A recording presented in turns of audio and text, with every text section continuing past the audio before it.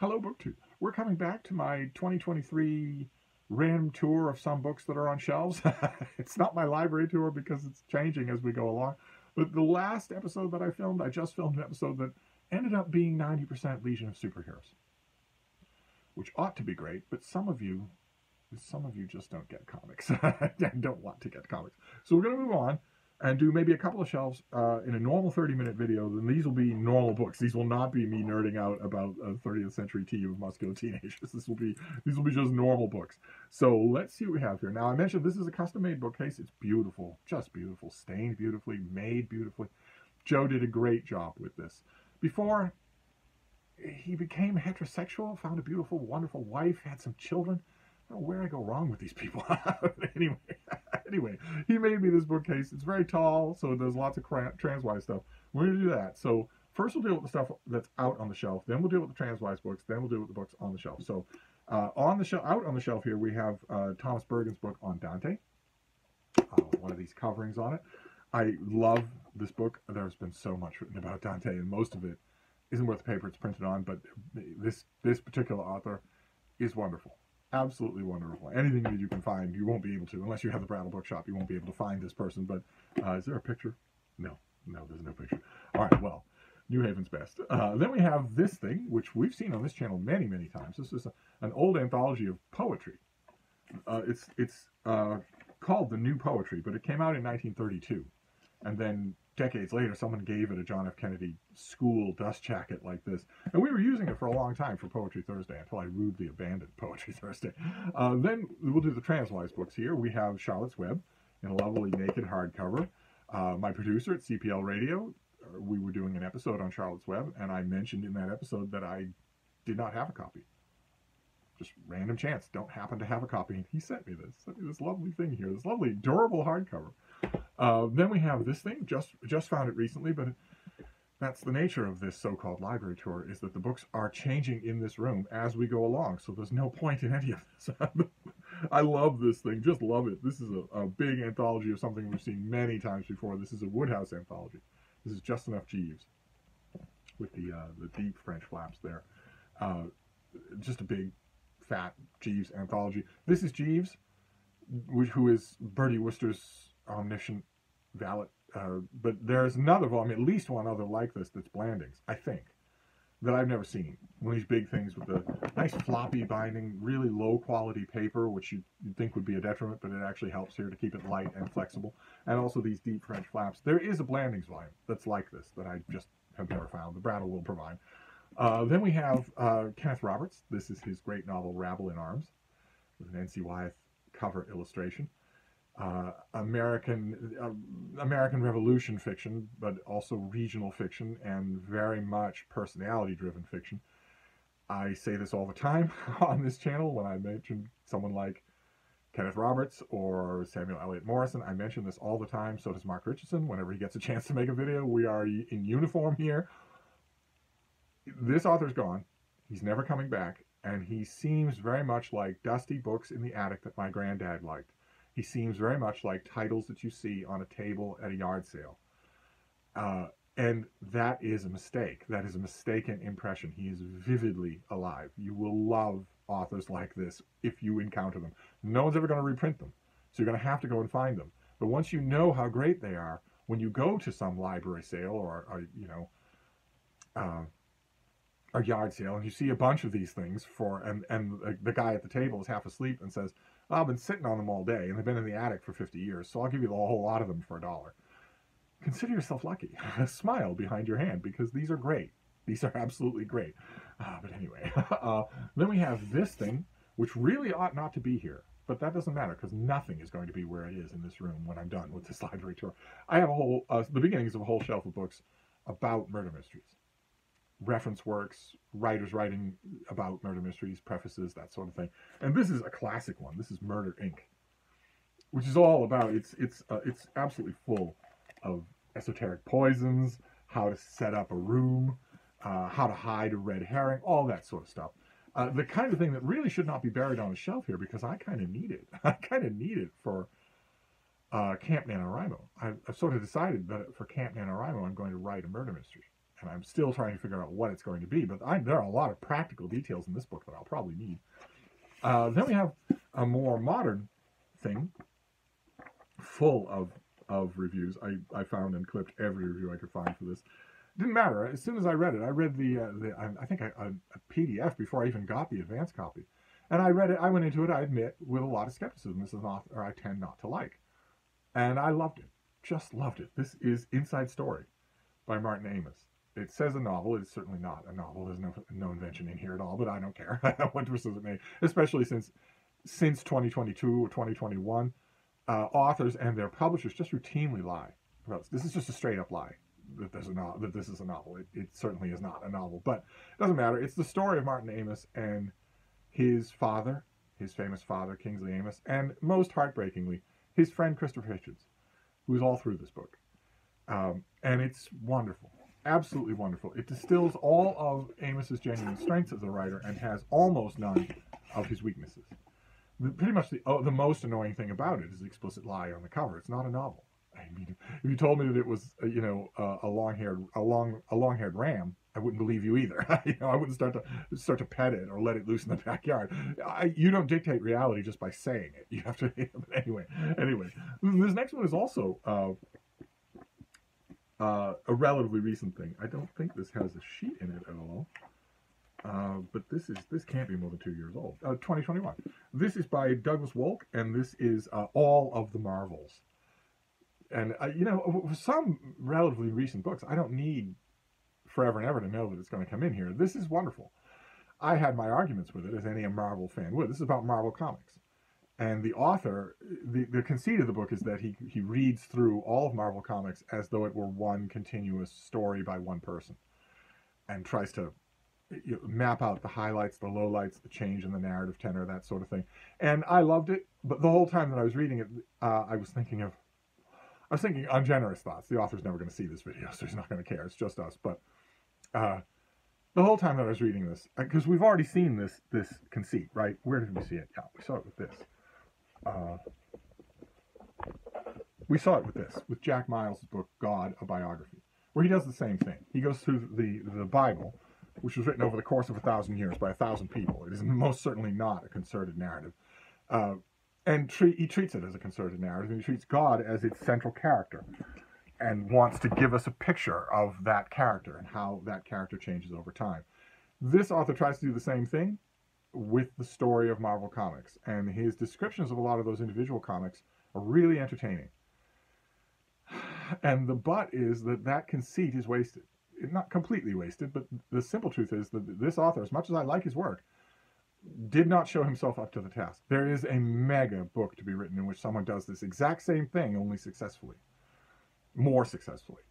But I still love this, even as, I kind of maybe insultingly viewed it as a trial run for another book on the subject. And maybe it's just that the timing is off. I don't believe that Marvel Comics will still be publishing comic books on a weekly basis, the floppy paper comic books with a staple in the middle. I don't believe that they'll be publishing them at the end of this decade. I believe that it is a 100-year spree. I don't think that's going to last.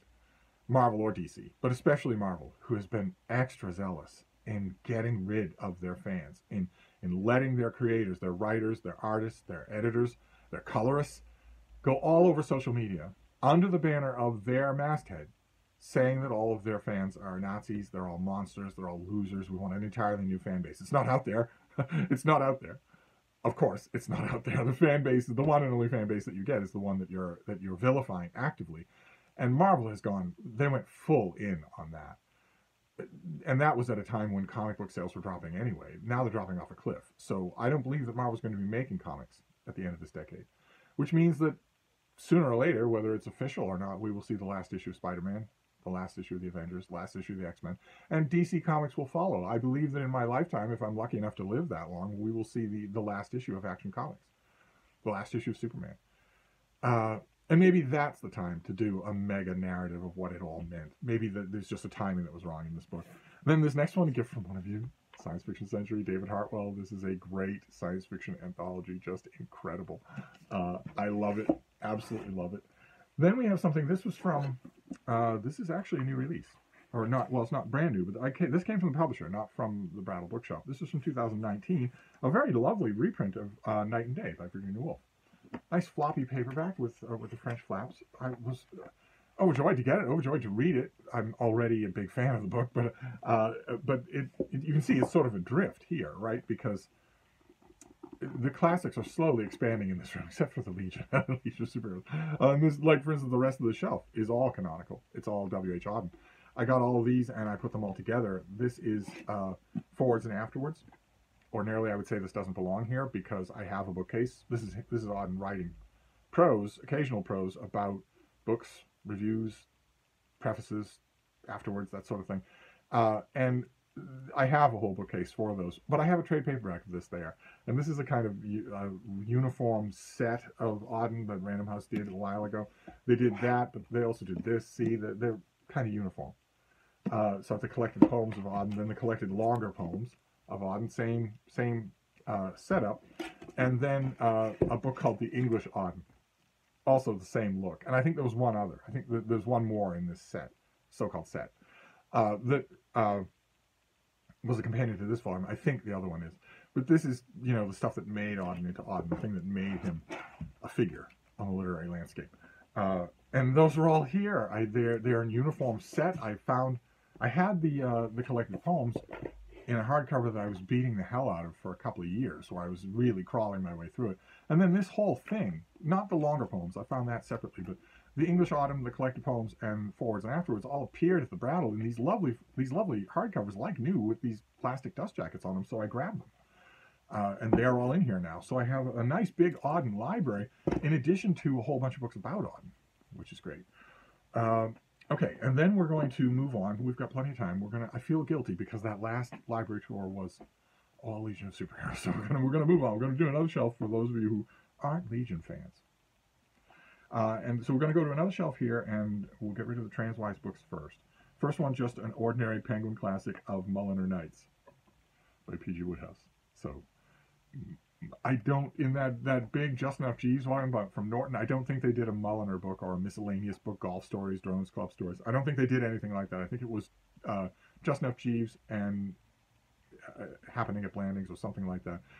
But I love all of them, and I once upon a time had a whole deep double stack shelf of all of these Penguin Orange Spine Woodhouses, and I got rid of them. Don't know why. They're very, very congenial. They're well made, and they're very congenial in the hand. Okay, then we have The Uncommon Reader by Alan Bennett. This is a tiny little thing. I read it when it first made its appearance in a periodical, and I loved it, absolutely loved it. And then it was brought out as a tiny little book. This is actually a lovely thing. It has deckled edges and French flaps. And as you can tell from the cover, this is Alan Bennett's little fable about what would happen if Queen Elizabeth II, she of late and blessed memory, this was written when she was alive, and I'm sure that she read it, what would happen if by random chance she happened to become a reader? One reads, but a passionate reader like we are. Someone who lives for the spare time when they're going to get back to their book, and who's arguing with their book all the time and talking about it and remembering it and comparing it to other books. An active, passionate reader. Through random chance and the guidance of one young gay man, she becomes an avid reader. And Bennett just hilariously pursues what would happen to the steady rhythms of the royal court if that happened, if she did become a reader. And it is an absolutely wonderful story. It is totally, totally enchanting. It's funny, it's moving, and also not to lay too much on it, but I believe it's absolutely true. I could certainly prove it. I think this is one of the best evocations of what it's like to fall under the spell of reading that anyone has ever made. I'm more fond of this by a long margin than I am of anything that Alan Bennett wrote. This is just amazingly good. Cannot recommend it strongly enough. If you're going to fall in love with it, and it's going to take you an hour to read. And true to form, you want a book like this to be this kind of book. It's one of those books that you're not going to want to stop reading. No matter how short it is, you're not going to want to stop reading it. And you just want to keep going. Very, very good stuff. Okay, then again about reading, we have The Writing of Fiction by Edith Wharton. This lovely trade paperback that was done years and years and years ago. This is her book about her profession. Hard to tell that from the book. It's extremely elusive. It's brilliant, but it does not want you to pin it down. It's as far away from well, the famous book by Stephen King as you could get, for many reasons, but also for its sort of unclassifiability. And we're just going to keep going with the Transwise books here until we get to the shelf itself. So here we have, this is lovely, but it doesn't belong in here. This is Gay Daly's book. I love this book. This is Pre-Raphaelites in Love. I had a trade paperback of this forever and ever and just battered it to pieces. Just to pieces. This is the hardcover, and somebody put a really thick plastic dust jacket on it. And I do go back to this, but it doesn't matter. It's a work of history. It belongs out in the history books. I have a lot of beloved books out there, and this is beloved. I love it. I'm fascinated by the Pre-Raphaelites anyway. Okay, then we have Philip Lopate. I think we've already seen him for The Art of the Personal Essay. He came back to The Art of the Personal Essay. Was great. It's a great anthology of his about essays. Really is worth getting. You'll see it at a library sale. You'll see it at a yard sale. Grab it. It's a great essay anthology. But he came back just a few years ago to essay anthologies, and he started with this, The Glorious American Essay, which I got from the publisher. I filled this volume with reviews, and he followed this with 2 other volumes, and they're great. He has none of his ability to be an impresario of this in picking the whole glory of a project like this is, can you pick them well? And he does. He's really good at it. So those are the Transwise books. Then we're going to move on to the books on the shelves. And here we have a perfect example of what I'm talking about. These things weren't here just a few months ago. These things weren't here, and now they are. We have the Richmond Lattimore translations of Homer, the Iliad and the Odyssey. Found these in matching sets. They're in really good condition. I found them at the Brattle and just grabbed them. I didn't have them at all, and that's crazy. I have read them a million times. They might very well be the Homer that I do for summer. I reread the Iliad every June and the Odyssey every August. And the Richmond Lattimore, I think when I found these, I originally thought, I'll just clean them up and lay them aside and go back to them after 50 years for this summer. Then we have this, the Britannia Great Book series. This is their volume on Plutarch. These are really strongly made, and they are double columned so that you can fit an enormous book in a relatively small binding. And that's what they do here. This is the whole of the Dryden translation of Plutarch's Lives in one volume. I have the Dryden translation elsewhere. I don't believe this volume here that we saw in the last library tour that says it's all of Dryden, including the translations. I don't believe this has all of Plutarch. There's no way that it would fit. Let's check and see. I haven't actually checked and seen. Life of John Dryden by Dr. Johnson. Right. Absalom and Achitophel. Prologues and epilogues. Songs, elegies, epitaphs. Right. Translations from the Metamorphoses. Translations from Ovid, all kinds of Ovid that don't exist anywhere else. Translations from Lucretius and Horace. But I bet that Plutarch won't even be in here. Yeah. Homer, Perseus, Juvenal, but not Plutarch at all. Plutarch is not in here. Maybe the editor probably thought, well, Dryden only had a light hand in this, so it doesn't really count. But one way or another, this is the whole thing, and it's a double, and it's also recent. What is this thing?